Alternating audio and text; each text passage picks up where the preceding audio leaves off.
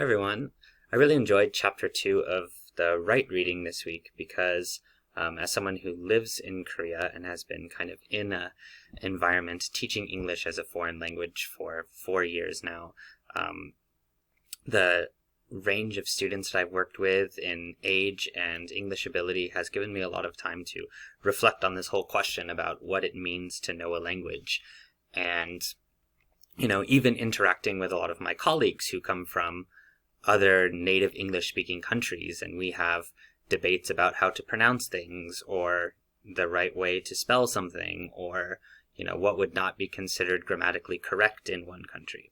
And so this whole environment that I'm in has just given me a lot of time to reflect on my own English, my own understanding of English, and what is most effective for teaching my students. And so I agree with the Right reading in that he kind of mentions that it's complicated what it means to know a language.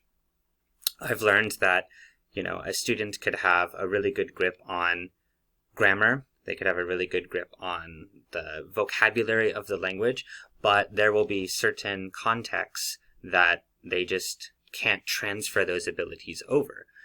So it might be a school setting where they can read a normal text and have no issue understanding it. But if they get a poem put in front of them, where poem in poetry, it kind of plays with the words and presents things in a non-standard fashion, it might, give them some confusion. And so I guess my own definition for what it means to understand a language is the ability to communicate and understand in the context that you're trying to use it in. And so if you're in an academic setting and you are able to understand the language in that setting, then I would say that you know the language. If your goal of learning a language is to be able to go out into a public space, order food, communicate what you want, even if it's not perfect, you're able to get your point across, you're able to communicate with the person, then I would say to that extent, you know the language. So I would say to truly know a language would be to be able to transfer those language abilities into a variety of different contexts. So one of the things that I like to think about is my wife, who's Korean, but she spent a lot of her life living in the US. So I would say she can speak Korean because she can. However, because she wasn't put into a lot of specific context, because she was growing up in the US, there are some times where her Korean abilities don't transfer. And so even though day to day you would say that she's a fluent Korean speaker, if you put her into some really technical space where she has to talk about medical conditions, or she has to sit in a university classroom and listen to a lot of words that aren't standard Korean words, then it's going to give her a lot of trouble.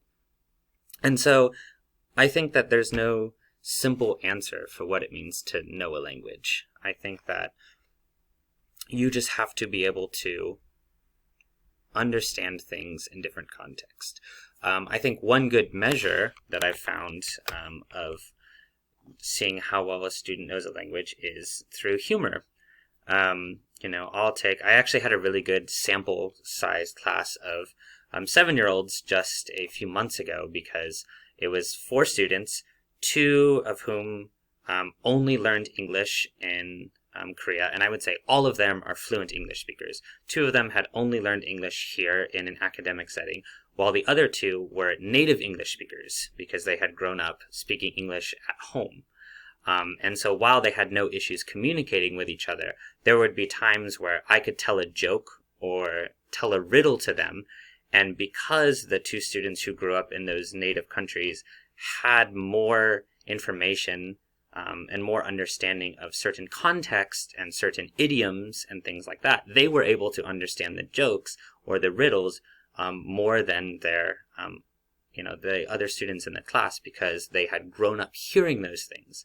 And it's not any fault of their own, but I think that there are just a lot of small nuances to understanding a language, and it just comes down to practicing in each different environment. So in short, I would say, understanding a language means being able to communicate in what context you're trying to use it in. Thank you, guys.